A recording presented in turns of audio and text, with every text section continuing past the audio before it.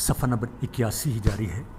قرآن پاک کے سجدوں کے کرنے کا بیان۔ سوال: مندرجہ ذیل عبارت کا ترجمہ کر کے قرآن مجید کے سجدوں کے بارے میں تفصیل سے لکھیں۔ جواب: حدیث نمبر 1 ان ابی سلمۃ ان ابا ہریرۃ قرأ بهم اذا السماء انشقت فسجد فيها فلما انصرف حدثهم ان رسول الله صلى الله عليه وسلم سجد فيها قال محمد وبهذا تأخذ وهو قول ابي حنیفة رحمه الله وكان مالك بن انس لا يرى فيها سجدہ۔ ترجمہ: حضرت ابو سلمہ رضی اللہ تعالیٰ عنہ راوی ہیں کہ حضرت ابو ہریرہ رضی اللہ تعالیٰ عنہ نے نماز پڑھائی تو اس میں سورہ اذا السماء انشقت پڑھی، پھر اس میں سجدہ کیا۔ پس جب نماز مکمل کی تو نمازیوں سے کہا کہ بے شک رسول اللہ صلی اللہ علیہ وسلم نے بھی صورت میں سجدہ فرمایا تھا۔ امام محمد رحمۃ اللہ علیہ فرماتے ہیں کہ اسی پر ہمارا عمل ہے اور یہی امام ابو حنیفہ رحمۃ اللہ علیہ کا قول ہے۔ امام مالک رحمۃ اللہ علیہ کے نزدیک اس صورت میں سجدہ نہیں ہے۔ تشریح آگے آ رہی ہے۔ حدیث نمبر 2 عن ابی ہریرہ رضی اللہ تعالیٰ عن ابی ہریرہ ان عمر بن الخطاب قرأ بهم النجم فسجد فيها ثم قام فقرأ سورة اخرى۔ صفحہ نمبر 82 ترجمہ، بلکہ اس کے آگے بھی حدیث ہے جاری ہے یہ قال محمد وبهذا ناخذ وهو قول ابی حنیفہ رحمۃ اللہ وكان مالك ابن انس لا يرى فيها سجدہ۔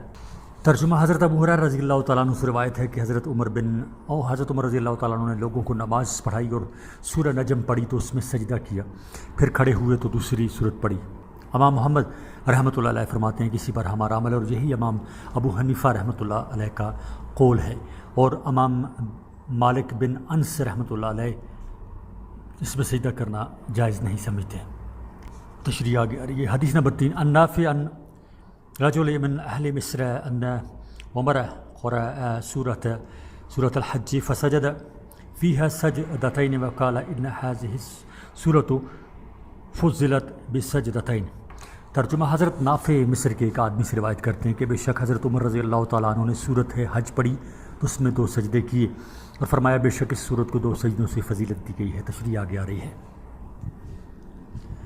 حدیث نمبر 4 عن ابن عمر رضی اللہ تعالیٰ عنہما انہ رآہ سجد فی سورة الحج سجدتین قال محمد روی ھذا عن عمر وابن عمر وقال ابن عباس لا يرى فی سورة الحج الا سجدة واحدة الأولى وبهذا نأخذ وهو قول ابی حنیفة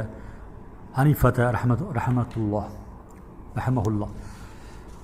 ترجمہ: حضرت عبداللہ بن دینار فرماتے ہیں کہ بے شک انہوں نے حضرت عبداللہ بن عمر رضی اللہ تعالیٰ عنہ کو سورہ حج میں 2 سجدے کرتے ہوئے دیکھا ہے۔ امام محمد رحمۃ اللہ علیہ فرماتے ہیں کہ یہ حضرت عمر اور عبداللہ بن عمر رضی اللہ عنہما دونوں سے مروی ہے، لیکن حضرت عبداللہ بن عباس رضی اللہ تعالیٰ عنہ سورہ حج میں صرف ایک پہلا سجدہ ہی کرتے تھے، اور اسی سے ہم دلیل پکڑتے ہیں۔ نیز امام ابو حنیفہ رحمۃ اللہ علیہ کا بھی یہی قول ہے۔ تشریح: حضرت امام اعظم ابو حنیفہ رحمۃ اللہ علیہ کے مسلک کے مطابق قرآن مجید میں 14 آیتیں ایسی ہیں جن کے پڑھنے اور سننے سے خاکستن نہ ہو، یعنی جان بوجھ کر نہ ہو، ایک سجدہ واجب ہوتا ہے۔ دیگر ائمہ کے نزدیک سجدہ تلاوت واجب نہیں ہے بلکہ سنت ہے۔ سجدہ تلاوت صرف ایک مرتبہ 2 تکبیروں کے درمیان، یعنی ایک تکبیر سجدے میں جاتے وقت اور دوسری تکبیر سجدے سے اٹھتے وقت کیا جاتا ہے۔ اس سجدے کے لیے رفع یدین، تشہد اور سلام کی ضرورت نہیں پڑتی۔ صفحہ نمبر 83۔ سجدہ تلاوت صحیح ہونے کی وہی سب شرطیں ہیں جو نماز کے صحیح ہونے کی ہیں، جب یعنی طہارت، 70 کی پردہ پوشی، نیت اور استقبال قبلہ تحریمہ اس میں شرط نہیں ہے۔ اس کی نیت میں آیت کا تعین شرط نہیں ہے کہ یہ سجدہ فلاں آیت کے سبب سے ہے، اور اگر نماز میں آیت سجدہ پڑھی جائے تو فوراً سجدہ کیا جائے تو نیت میں شرط نہیں۔ ایک حدیث میں ہے کہ رسول کریم صلی اللہ علیہ وسلم نے انہیں یعنی عمرو بن العاص کو قرآن میں 15 سجدے پڑھائے، ان میں سے 3 تو مفصل یعنی صورتوں میں ہیں اور 2 سجدے سورہ حج میں ہیں، اور یہ حوالہ ہے کتاب ابو داؤد اور ابن ماجہ کا۔ اس حدیث کے مطابق قرآن کریم کی 15 آیتیں ایسی ہیں کہ جن کے پڑھنے اور سننے سے ایک سجدہ واجب ہوتا ہے۔ آیتوں کی تفصیل یہ ہے۔ نمبر 1 سورہ اعراف کے آخر میں یہ آیت ان الذین عند ربک لا یستکبرون عن عبادتہ یسبحون ولہ یسجدون، بے شک جو لوگ یعنی فرشتے تیرے رب کے پاس ہیں وہ اس کی عبادت سے غرور اور انکار نہیں کرتے اور اس کا سجدہ کرتے ہیں۔ اس آیت میں وَلَهُ يَسْجُدُونَ پر سجدہ ہے۔ 2 سورہ رات کے دوسرے رکوع میں یہ آیت وَلِلَّهِ يَسْجُدُ مَن فِي السَّمَاوَاتِ وَالْأَرْضِ طَوْعًا وَكَرْهًا وَظِلَالُهُم بِالْغُدُوِّ وَالْآصَالِ، یعنی وہ تمام چیزیں جو آسمان اور زمینوں میں ہیں اللہ تعالیٰ کو سجدہ کرتی ہیں، خوشی سے کوئی نہ خوشی سے، اور ان کا سایہ صبح و شام۔ اس آیت میں بالغدو والآصال یہاں سجدہ ہے۔ نمبر 3 سورہ نحل کی 5ویں رکوع کے آخری کی آیت وَلِلَّهِ يَسْجُدُ مَا فِي السَّمَاوَاتِ وَالْأَرْضِ مِن دَابَّةٍ وَالْمَلَائِكَةُ وَهُمْ لَا يَسْتَكْبِرُونَ يَخَافُونَ رَبَّهُمْ مِن فَوْقِهِمْ وَيَفْعَلُونَ مَا يُؤْمَرُونَ، صفحہ نمبر 84۔ ترجمہ اور تمام جاندار جو آسمانوں میں ہیں اور جو زمین میں ہیں سب اللہ کے آگے سجدہ کرتے ہیں، اور فرشتے بھی، اور وہ ذرا بھی غرور نہیں کرتے اور اپنے پروردگار سے جو ان کے اوپر ہے ڈرتے ہیں، نیز جو حکم دیا جاتا ہے وہ اس پر عمل کرتے ہیں۔ اس آیت میں وَيَفْعَلُونَ مَا يُؤْمَرُونَ پر سجدہ ہے۔ نمبر 4 سورہ بنی اسرائیل کے 12ویں رکوع میں یہ آیت وَيَخِرُّونَ لِلْأَذْقَانِ يَبْكُونَ وَيَزِيدُهُمْ خُشُوعًا، ترجمہ اور وہ منہ کے بل گرتے ہیں اور روتے جاتے ہیں، اور اس سے ان میں اور زیادہ عاجزی پیدا ہوتی ہے۔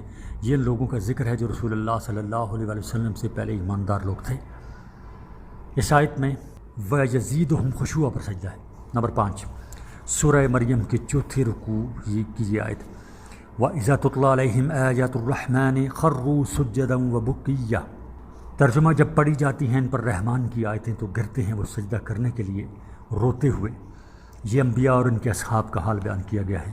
اس آیت میں سجدہ او بقیہ پر سجدہ ہے۔ نمبر 6 سورہ حج کے دوسرے رکوع میں آیت الم تر ان اللہ یسجد له من فی السماوات ومن فی الارض والشمس والقمر والنجوم والجبال والشجر والدواب وكثير من الناس وكثير حق عليه العذاب ومن يهن الله فما له من مكرم ان اللہ یفعل ما یشاء، ترجمہ کیا تم نے نہیں دیکھا کہ جو مخلوق آسمانوں میں اور جو زمین میں ہے، اور سورج اور چاند ستارے اور پہاڑ اور درخت اور جانور اور بہت سے انسان اللہ کو سجدہ کرتے ہیں، اور بہت سے آدمی ایسے ہیں جن پر عذاب ثابت ہو چکا ہے، اور جس آدمی کو اللہ ذلیل کرے اس کا کوئی عزت دینے والا نہیں ہے۔ بے شک اللہ جو چاہتا ہے کرتا ہے، صفحہ نمبر 85۔ نمبر 7 سورہ حج کی آخری رکوع کی یہ آیت یا ایھا الذین آمنوا ارکعوا واسجدوا واعبدوا ربکم وافعلوا الخیر لعلکم تفلحون، ترجمہ اے ایمان والو رکوع اور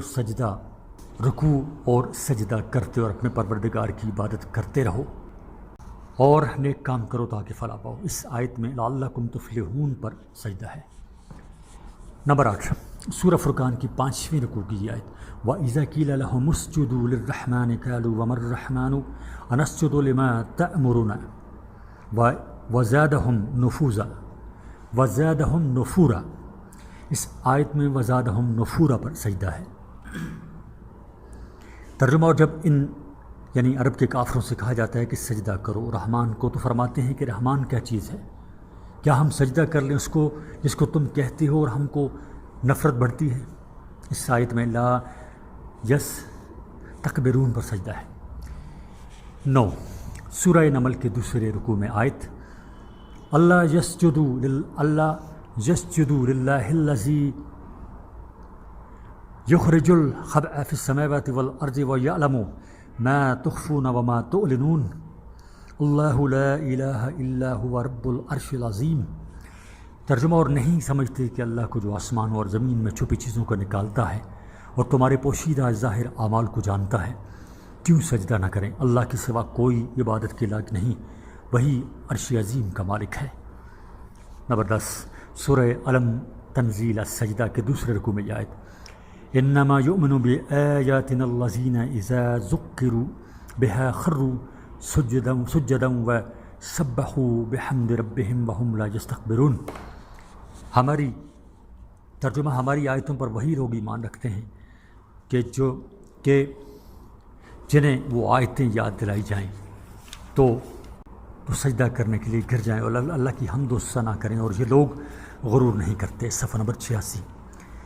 نمبر 11 سورہ سواد کے دوسرے رکوع میں یہ آیت وَخَرَّ رَاكِعًا وَأَنَابَ فَغَفَرْنَا لَهُ ذَلِكَ وَإِنَّ لَهُ عِندَنَا لَزُلْفَىٰ وَحُسْنَ مَآبٍ۔ ترجمہ اور داؤد علیہ السلام گر پڑے سجدہ کے لیے اور توبہ کی، پس ہم نے ان کو بخش دیا اور بے شک ہمارے ہاں ان کا تقرب ہے اور عمدہ مقام ہے۔ اس آیت میں بحسن و مآب پر سجدہ ہے۔ نمبر 12 سورہ حامیم سجدہ کی 5ویں رکوع میں یہ آیت فَإِنِ اسْتَكْبِرُوا فَالَّذِينَ عِندَ رَبِّكَ يُسَبِّحُونَ لَهُ بِاللَّيْلِ وَالنَّهَارِ وَهُمْ لَا يَسْأَمُونَ۔ ترجمہ اگر یہ لوگ سرکشی کریں تو اللہ کو بھی ان کی پرواہ نہیں۔ جو فرشتے تمہارے پروردگار کے پاس ہیں وہ رات دن اس کی تسبیح کرتے رہتے ہیں اور کبھی تھکتے ہی نہیں۔ اس آیت میں لا یسأمون پر سجدہ ہے یا تعبدون پر ہے۔ 13 سورہ نجم کے آخر میں یہ آیت فَاسْجُدُوا لِلَّهِ وَاعْبُدُوا، سجدہ کرو اللہ کا اور عبادت کرو۔ اس آیت میں وَاعْبُدُوا پر سجدہ ہے۔ نمبر 14 سورہ انشقت میں یہ آیت فَمَا لَهُمْ لَا يُؤْمِنُونَ وَإِذَا قُرِئَ عَلَيْهِمُ الْقُرْآنُ لَا يَسْجُدُونَ۔ ترجمہ تو ان لوگوں کو کیا ہوا ہے کہ ایمان نہیں لاتے اور جب ان کے سامنے قرآن پڑھا جاتا ہے تو سجدہ نہیں کرتے۔ ترجمہ اس آیت میں حضرت سلیمان کا واقعہ بیان کیا گیا ہے اور یہاں رب العرش العظیم اور بعض کے نزدیک لعلکم تغلبون پر سجدہ ہے، تغلبون پر سجدہ ہے۔ اس آیت میں لا یسجدون پر سجدہ ہے۔ 15 سورہ اقرا میں یہ آیت وَاسْجُدُوا وَاقْتَرِب، اس آیت میں وَاقْتَرِب پر سجدہ ہے۔ صفحہ نمبر 87۔ ترجمہ یعنی اے محمد سجدہ کیجیے اور اللہ کے نزدیک ہو جائیے۔ مدت اقامت آئمہ کے ہاں اس بات پر اختلاف ہے کہ قرآن کریم میں کل کتنی آیتیں ایسی ہیں جن کے پڑھنے یا سننے سے ایک سجدہ تلاوت واجب ہو جاتا ہے۔ حضرت امام احمد نے اس حدیث کے مطابق کہا ہے کہ ایسی آیتیں 15 ہیں جن کی تفسیر اوپر بیان کی گئی ہے، چنانچہ انہوں نے اس حدیث کے ظاہر پر عمل کیا ہے۔ حضرت امام شافعی رحمۃ اللہ علیہ کے ہاں آیت سجدہ کی تعداد 14 ہیں۔ اس طرح کہ سورہ حج میں تو 2 سجدے ہیں اور سورہ میں سواد میں کوئی سجدہ نہیں ہے۔ حضرت امام مالک رحمۃ اللہ علیہ کے ہاں آیت سجدہ کی تعداد 11 ہیں، کیونکہ وہ فرماتے ہیں کہ سورہ ناس، سورہ نجم، سورہ انشقت اور سورہ اقرا میں سجدہ نہیں ہے۔ حضرت امام شافعی کا قول قدیم بھی یہی ہے۔ حضرت امام اعظم ابو حنیفہ رحمۃ اللہ علیہ فرماتے ہیں کہ کل سجدوں کی تعداد 14 ہیں۔ اس طرح کہ سورہ حج میں 2 سجدے نہیں ہیں بلکہ ایک ہی سجدہ ہے جو دوسرے رکوع میں ہے۔ علماء نے لکھا ہے کہ حضرت عمرو بن العاص کی یہ حدیث جس سے سجدوں کی تعداد 15 ثابت ہوتی ہے ضعیف ہے اور اس کو دلیل بنانا ٹھیک نہیں ہے کیونکہ اس کے بعض راوی مجہول ہیں۔ نماز میں بھی سجدہ تلاوت کرنا چاہیے۔ علماء کا اس بات پر اتفاق ہے کہ نماز فرض اور نماز نفل میں اگر کسی آیت سجدہ کی قرأت کی جائے تو نماز ہی میں سجدہ کیا جائے، یعنی جو سجدہ تلاوت نماز میں واجب ہوا اسے خارج نماز میں ادا نہ کیا جائے۔ آیت سجدہ اگر فرض نماز میں پڑھی جائے تو اس کے سجدے میں نماز کی طرح سبحان ربی الاعلیٰ کہنا ہی بہتر ہے، اور اگر نفل نماز میں یا خارج نماز میں پڑھی جائے تو اس کے سجدے میں اختیار ہے کہ سبحان ربی الاعلیٰ کہا جائے اور تسبیحین جو حدیث میں وارد ہوئی ہیں پڑھی جائیں۔ مثلا یہ تسبیح سجد وجہی للذی خلقہ وصورہ وشق سمعہ وبصرہ بقولہ وقوتہ فتبارک اللہ احسن الخالقین۔ صفحہ نمبر 88 یعنی 88۔ ترجمہ میرے چہرے نے اس ذات کو سجدہ کیا جس نے اس کو پیدا کیا، جس نے اسی کو بنا لیا اور اس میں کان اور آنکھ پیدا کی اپنی طاقت اور قوت سے، پس بزرگ ہے اللہ اچھا پیدا کرنے والا ہے۔ نماز میں آخر سورہ میں سجدہ کی آیت آ جانے کا، اس کا جہاد میں جانا دکھاوے سنانے کے لیے یا دنیا میں کسی طلب و خواہش کے پیش نظر نہیں، بلکہ وہ محض میری رضا و خوشنودی طلب کرنے کے لیے نکلا ہے۔ تو میں اس کو یا تو بغیر غنیمت کے محض آخرت کے اجر و ثواب کے ساتھ یا مال غنیمت کے ساتھ واپس کروں گا، اور یا اگر شہید ہو گیا تو میں اس کو بغیر حساب و عذاب کے سب سے پہلے جنت میں جانے والوں کے ساتھ جنت میں داخل کروں گا، یا اس کی موت کے بعد ہی قیامت کے دن سے بھی پہلے جنت میں داخل کروں گا، جیسے کہ قرآن میں فرمایا گیا ہے کہ جو لوگ خدا کی راہ میں شہید ہو گئے ہیں ان کو مردہ خیال نہ کرو بلکہ اپنے رب کے پاس وہ زندہ ہے۔ بخاری و مسلم۔ صفحہ نمبر 90۔ حدیث نمبر 2۔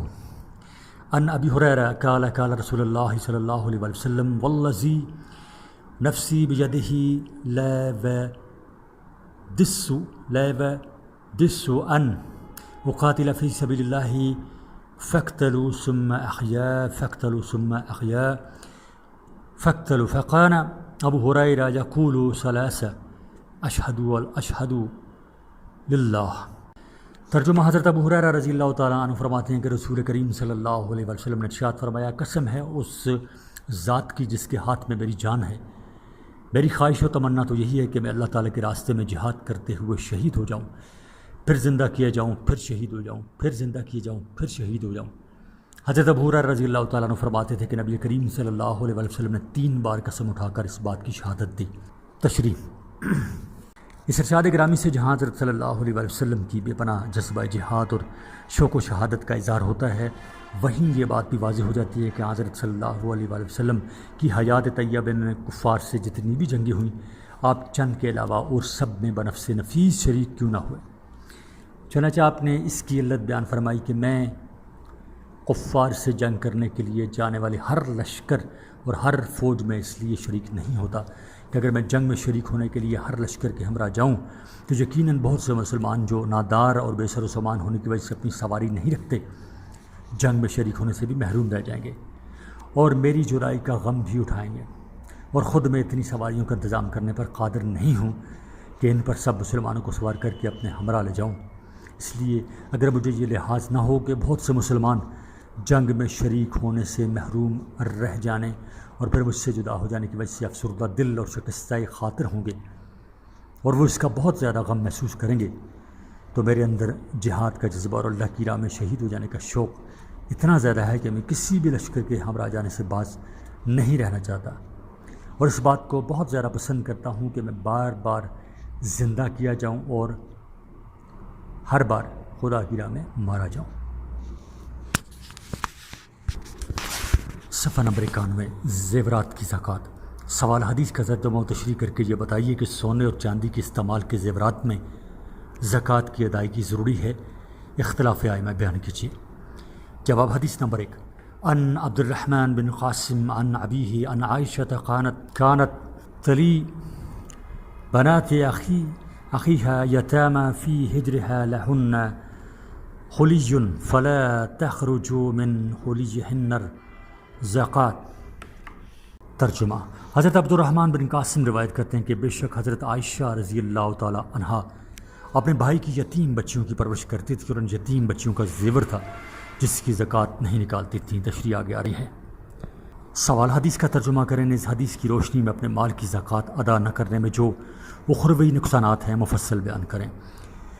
جواب حدیث نمبر 2، ان نافع ان ابن عمر كان يحلي بناته وجواري فلا يخرج من خليهن الزكاة قال محمد اما ما كان من خلي جوهر ولؤلؤ فليست فيه الزكاة على كل حال، وإما ما كان من خلي ذهب أو فضة ففيه الزكاة إلا أن يكون ذلك ليتيم أو يتيمة لم يبلغ فلا تكون في مالها زكاة، وهو قول أبي حنيفة رحمة الله وهو حنیفة رحمهم اللہ۔ ترجمہ۔ حضرت نافع رحمۃ اللہ علیہ سے روایت ہے کہ بے شک حضرت عبداللہ بن عمر رضی اللہ تعالیٰ عنہ اپنی باندیوں اور بیٹیوں کے زیور سے زکوٰۃ نہیں نکالتے تھے۔ حضرت امام محمد رحمۃ اللہ علیہ فرماتے ہیں کہ جو زیور موتیوں اور جواہرات کا ہو اس پر کسی صورت میں بھی زکوٰۃ واجب نہیں ہوتی، اور جو سونے چاندی کا ہو تو اس پر زکوٰۃ واجب ہے، مگر وہ زیور جو یتیم بچے یا یتیم بچیوں کا ہو اس پر زکوٰۃ نہیں، اور یہی امام ابو حنیفہ رحمۃ اللہ علیہ کا قول ہے۔ تشریح۔ عورتوں کے زیور کی زکوٰۃ کے بارے میں ائمہ کا اختلاف ہے، چنانچہ حضرت امام اعظم ابو حنیفہ رحمۃ اللہ علیہ کا مسلک یہ ہے کہ مطلقاً زیور میں زکوٰۃ واجب ہے جب کہ وہ حد نصاب کو پہنچتا ہو۔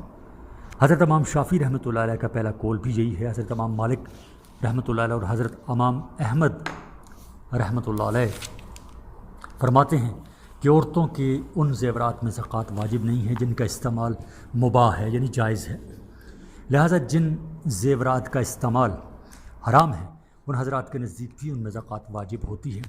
حضرت امام شافعی کا آخری قول بھی یہی ہے۔ حضرت امام اعظم کے مسلک کی دلیل بھی یہی حدیث ہے جس سے مطلقاً زیورات میں زکوٰۃ کا وجوب ثابت ہو رہا ہے۔ حضرت عمرو بن شہیب رضی اللہ تعالیٰ عنہ اپنے والد مکرم سے اور وہ اپنے جد محترم سے نقل کرتے ہیں کہ ایک دن دو عورتیں رسول کریم صلی اللہ علیہ وسلم کی خدمت میں حاضر ہوئیں۔ ان دونوں نے اپنے ہاتھوں میں سونے کے کڑے پہنے ہوئے تھے۔ حضرت صلی اللہ علیہ وسلم نے ان کڑوں کو دیکھ کر فرمایا کیا تم ان کی زکوٰۃ ادا کرتی ہو؟ ان دونوں نے کہا کہ نہیں۔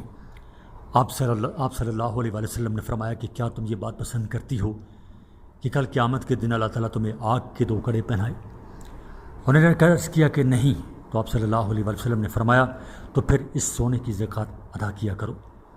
ترمذی نے اس روایت کو نقل کیا اور کہا کہ اس حدیث کو اسی طرح مسنی بن صباح نے عمرو بن شہیب سے نقل کیا ہے، اور مسنی بن صباح نیز ابن اللہیہ جو اس حدیث کے ایک دوسرے راوی ہیں، دونوں روایت حدیث کے بارے میں ضعیف شمار کی جاتے ہیں، اور اس بارے میں نبی کریم صلی اللہ علیہ وسلم کی کوئی صحیح حدیث منقول نہیں ہے۔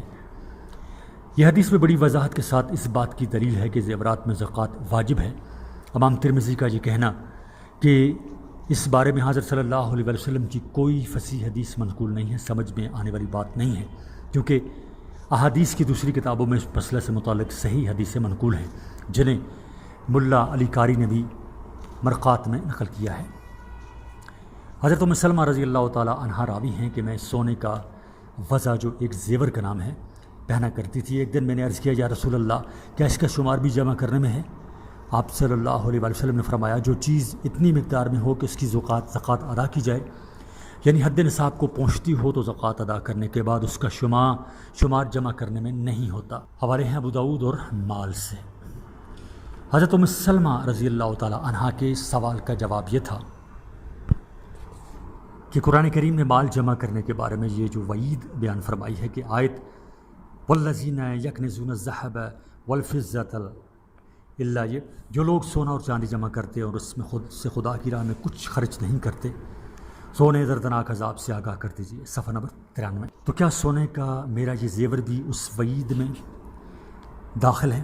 اس کا جواب حضرت صلی اللہ علیہ وسلم نے یہ دیا کہ جو مال بقدر نصاب ہو اور اس کی زکوٰۃ ادا کی جائے تو وہ مال اس وعید میں داخل نہیں ہے، کیونکہ قرآن کریم تو دردناک عذاب کی خبر اس مال کے بارے میں دے رہا ہے جسے بغیر زکوٰۃ دیے جمع کیا جائے۔ زکوٰۃ کا معنی مفہوم اور فرضیت و اہمیت۔ زکوٰۃ کے لفظی معنی ہیں طہارت و برکت اور بڑھنا۔ اصطلاح شریعت میں زکوٰۃ کہتے ہیں اپنے مال کی مقدار متعین کے اس حصہ کو جو شریعت نے مقرر کیا ہے۔ کسی مستحق کو مالک بنا دینا زکوٰۃ کے لغوی معنی اور اصطلاحی معنی دونوں کو سامنے رکھ کر یہ سمجھ لیجئے کہ یہ فعل یعنی اپنے مال کی مقدار متعین کے ایک حصہ کا کسی مستحق کو مالک بنا دینا مال کے باقی ماندہ حصے کو پاک کر دیتا ہے۔ اس میں حق تعالیٰ کی طرف سے برکت عنایت فرمائی جاتی ہے، اور اس کا وہ مال نہ صرف یہ کہ دنیا میں بڑھتا اور زیادہ ہوتا ہے بلکہ اخروی طور پر اللہ تعالیٰ اس کے ثواب میں اضافہ کرتا ہے، اور اس کے مالک کو گناہوں اور دیگر بری خصلتوں مثلاً بخل وغیرہ سے پاک و صاف کرتا ہے۔ اس لیے اس فعل کو زکوٰۃ کہا جاتا ہے۔ زکوٰۃ کو صدقہ بھی اس لیے کہا جاتا ہے کہ یہ فعل اپنے مال کا ایک حصہ نکالنے والے کے دعوی ایمان کی صحت و صداقت پر دلیل ہوتا ہے۔ زکوٰۃ کب فرض ہوئی؟ صدقہ فطر ہجری میں واجب کیا گیا تھا۔ زکوٰۃ کی فرضیت کے بارے میں اگرچہ علماء کے جہاں اختلافی اقوال ہیں، مگر صحیح قول یہ ہے کہ زکوٰۃ کی فرضیت کا حکم ہجرت سے پہلے مکہ میں نازل ہو گیا تھا، مگر اس حکم کا نفاذ مدینہ میں ہجرت کے دوسرے سال یعنی رمضان کی پہلی تاریخ کو ہوا ہے۔ گویا زکوٰۃ 1 رمضان 2 ہجری میں فرض قرار دی گئی اور اس کا اعلان کیا گیا۔ صفحہ نمبر 94۔ زکوٰۃ تمام امتوں پر فرض تھی۔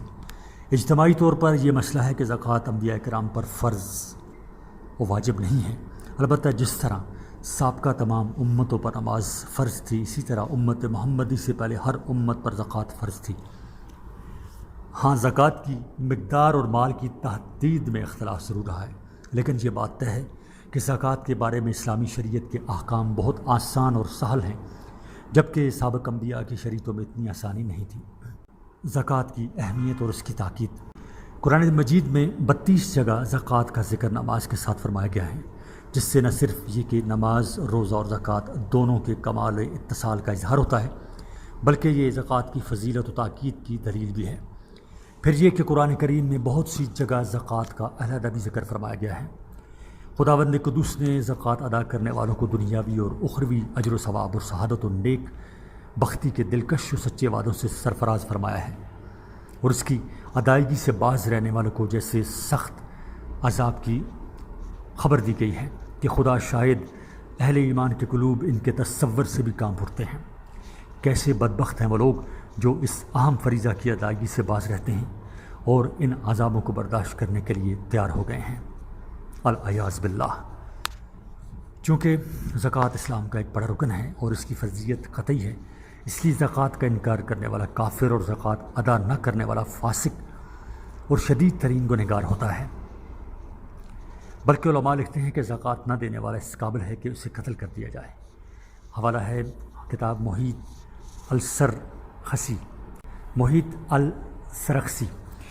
مال پر ایک سال کا عرصہ گزر جانے کے بعد، مال پر ایک پورا سال گزر جانے کے بعد صاحب نصاب، یعنی جس کے پاس زکوٰۃ دینے والی مالیت کا جو نصاب ہے، وہ جو شرح رکھی گئی ہے وہ پوری ہو، اسے کہتے ہیں صاحب نصاب۔ پر الفور یعنی فوراً زکوٰۃ واجب ہو جاتی ہے، جہاں تک کہ اس کی ادائیگی میں تاخیر گناہ گار بناتی ہے۔ بعض حضرات نے کہا ہے کہ سال پورا ہو جانے پر الفور زکوٰۃ واجب نہیں ہوتی، بلکہ التراخی واجب ہوتی ہے، یہاں تک کہ موت کے وقت گنہگار ہوتا ہے۔ صفحہ نمبر 95۔ زکوٰۃ کن لوگوں پر فرض ہے؟ ہر اس آزاد، عاقل اور بالغ مسلمان پر زکوٰۃ فرض ہے جو نصاب یعنی مال کی وہ خاص مقدار جس پر شریعت نے زکوٰۃ فرض کی ہے کا مالک ہو، اور مال کامل 1 سال تک اس کی ملکیت میں رہا ہو، نیز وہ مال دین یعنی قرض اور ضرورت اصلیت سے فارغ ہو، اور نامی یعنی بڑھنے والا ہو، خواہ حقیقتاً خواہ تقدیراً، اسی طرح مال میں اس کی ملکیت پوری طرح اور کامل ہو۔ کافر، غلام، دیوانے اور نابالغ لڑکے پر زکوٰۃ واجب نہیں ہے، اور نہ اس مالک نصاب پر زکوٰۃ واجب ہے جس کے نصاب پر پورا 1 سال نہ گزرا ہو۔ ہاں اگر کوئی شخص سال کی ابتدائی اور آخری حصوں میں مالک نصاب رہے اور درمیان مالک نصاب نہ رہے تو اسے زکوٰۃ ادا کرنی ہوگی، کیونکہ یہ بھی پورے 1 سال ہی کے حکم میں ہوگا۔ قرضدار پر اس کے بقدر قرض مال میں زکوٰۃ فرض نہیں۔ ہاں جو مال قرض سے زائد ہو اور وہ حد نصاب کو پہنچتا ہو تو اس میں زکوٰۃ واجب ہوگی، لیکن یہ بات ملحوظ رہے کہ وہ قرض زکوٰۃ کے لیے مانع وجوب ہے جس کا مطالبہ بندوں کی طرف سے ہو، چنانچہ نظر، کفارات، فطرہ اور ان جیسے دوسرے مطالبات جن کا تعلق صرف اللہ جل شانہ کی ذات سے ہے اور کسی بندے کو ان کا مطالبہ کرنے کا حق نہیں پہنچتا، زکوٰۃ کے لیے مانع وجوب نہیں ہے۔ ہاں ایسے قرض جن کا تعلق ہے تو اللہ تعالیٰ ہی سے، مگر ان کے مطالبہ وصول کرنے کا حق بندوں کو پہنچتا ہے، جیسے زکوٰۃ عشر، خراج وغیرہ کے امام وقت اللہ تعالیٰ کی جانب سے ان کا مطالبہ کر سکتا ہے، تو یہ بھی زکوٰۃ کے لیے مانع وجوب ہیں، مگر امام وقت اور حاکم مال ظاہر میں مطالبہ کر سکتا ہے۔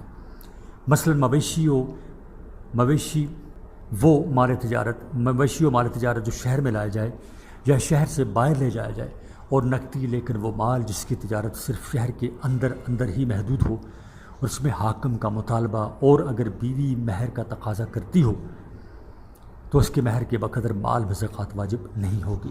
بحر الدائق میں ہے کہ معتمد مسلک یہ ہے کہ فرض زکوٰۃ اور صدقہ فطر کے لیے مانع وجوب ہے، نیز مطلقاً قرض مانع ہے، خواہ معجل ہو یا معجل جو فوری دینے والا اور معجل جو بعد میں دینے والا ہے۔ صفحہ نمبر 96۔ اگرچہ بیوی کا مہر معجل ہی کیوں نہ ہو، جس کی مدت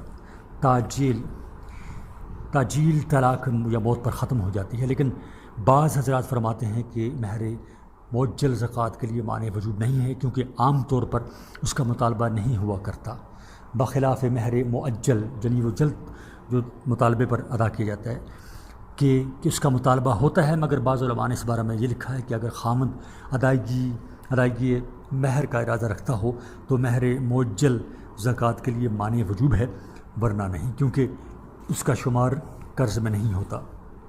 حضرت امام اعظم ابو حنیفہ رحمۃ اللہ علیہ صاحبین یعنی حضرت امام ابو یوسف اور حضرت امام محمد رحمہم اللہ کے درمیان اس بارے میں اختلاف ہے کہ اگر کسی عورت کا خامن تونگر یعنی مالدار ہو تو وہ اپنے مہر کی وجہ سے کہ جو اس کے خامن کے ذمہ باقی ہے غنیہ سمجھی جائے گی یا نہیں۔ صاحبین کا مسئلہ تو یہ ہے کہ ایسی عورت غنیہ معتبر ہوگی یعنی مستحق زکوٰۃ نہیں ہوگی۔ حضرت امام اعظم ابو حنیفہ رحمۃ اللہ علیہ کا آخری قول یہ ہے کہ وہ غنیہ معتبر نہیں ہوگی، لیکن یہ بات ذہن نشین رہے کہ یہ اختلاف صرف مہر معجل کے بارے میں ہے۔ مہر معجل کی صورت میں تینوں حضرات کا متفقہ مسلک یہ ہے کہ ایسی عورت غنیہ معتبر نہیں ہوگی۔ ضرورت اصلیہ کا مطلب، ضرورت اصلیہ سے مراد یہ چیزیں ہیں رہائش کا مکان، پہننے کے کپڑے، خانہ داری کے اسباب، سواری کی چیزیں مثلاً گھوڑا گاڑی، موٹر سائیکل وغیرہ، خدمت کے غلام، استعمال کے ہتھیار، اہل علم کے لیے ان کی کتابیں، کاریگر کے واسطے اس کے پیشہ کے اوزار وغیرہ۔ لہٰذا مثال کے طور پر اگر کسی شخص نے کوئی مکان تجارت کی نیت سے لیا اور وہ مکان اس کی رہائش سے فارغ بھی ہو تو اس میں زکوٰۃ واجب ہوگی۔ اسی طرح دوسری چیزوں کو بھی قیاس کیا جا سکتا ہے۔ اگر مکان و غلام وغیرہ اپنی ضرورت و حاجت سے فارغ ہوں اور ان کی تجارت کی نیت نہ ہو تو پھر ان میں زکوٰۃ واجب نہیں ہوگی۔ قابل ملکیت، ابھی پہلے زکوٰۃ واجب ہونے کی شرائط بیان کرتے ہوئے شرط بھی بیان کی گئی تھی کہ مال میں اس کی ملکیت پوری طرح اور کامل ہو۔ لہٰذا اس سے کامل ملکیت سے مراد یہ ہے کہ مال کا اصل مالک بھی ہو اور وہ مال اس کے قبضہ قدرت میں بھی ہو۔ صفحہ نمبر 97۔ جو مالک ملک اور قبضہ میں نہ ہو یا ملک میں ہو قبضے میں نہ ہو یا قبضہ میں ہو تو اس پر زکوٰۃ فرض نہیں۔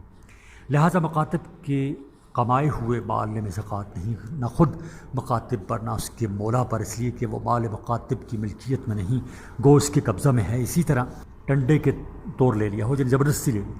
نمبر 6، وہ مال جو کسی نے بطور قرض لیا اور بعد میں قرضدار قرض کا منکر ہو گیا اور کوئی تمسک یا کوئی گواہی اس کی نہ ہو۔ پس مال ذمار کی یہ دو قسمیں ہیں کہ اگر ان میں سے کوئی مال ہاتھ لگ جائے تو اس مال میں پچھلے دنوں کی زکوٰۃ واجب نہیں ہوگی۔ ہاں اگر وہ مال ہاتھ لگ جائے جو جنگل میں بلکہ گھر میں دفن کر کے اس کی جگہ بھول گیا تھا تو جب بھی وہ مال نکلے گا اس میں پچھلے دنوں کی زکوٰۃ واجب ہوگی۔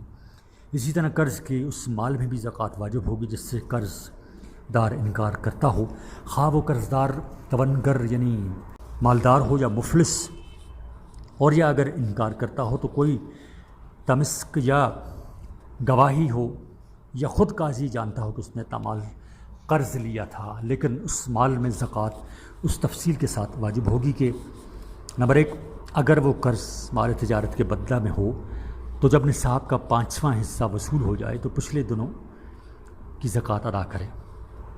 2، اگر وہ قرض مال تجارت کے بدلہ میں نہ ہو، مثلاً گھر کے پہننے کے کپڑے فروخت کیے یا خدمت کا غلام فروخت کیا یا رہائش کا مکان فروخت کیا اور ان کی قیمت خریدنے والے کے ذمہ قرض رہی تو اس میں پچھلے دنوں کی زکوٰۃ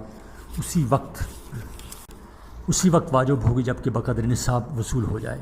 نمبر 3، اگر قرض اس چیز کے بدلہ میں ہو جو مال نہیں ہے، صفحہ نمبر 98، جو مال نہیں ہے جیسے مہر، وصیت اور بدل خلا وغیرہ، تو اس میں زکوٰۃ اسی وقت واجب ہوگی جب کہ بقدر نصاب وصول ہو جائے اور اس پر پورا 1 سال گزر جائے، یعنی اس میں پچھلے دنوں کی زکوٰۃ واجب نہیں ہوگی بلکہ صرف اسی سال کی زکوٰۃ واجب ہوگی جس میں کہ وہ مال پر قابض رہا۔ لیکن یہ حکم اسی شخص کے بارے میں ہے جو پہلے سے صاحب نصاب نہ ہو۔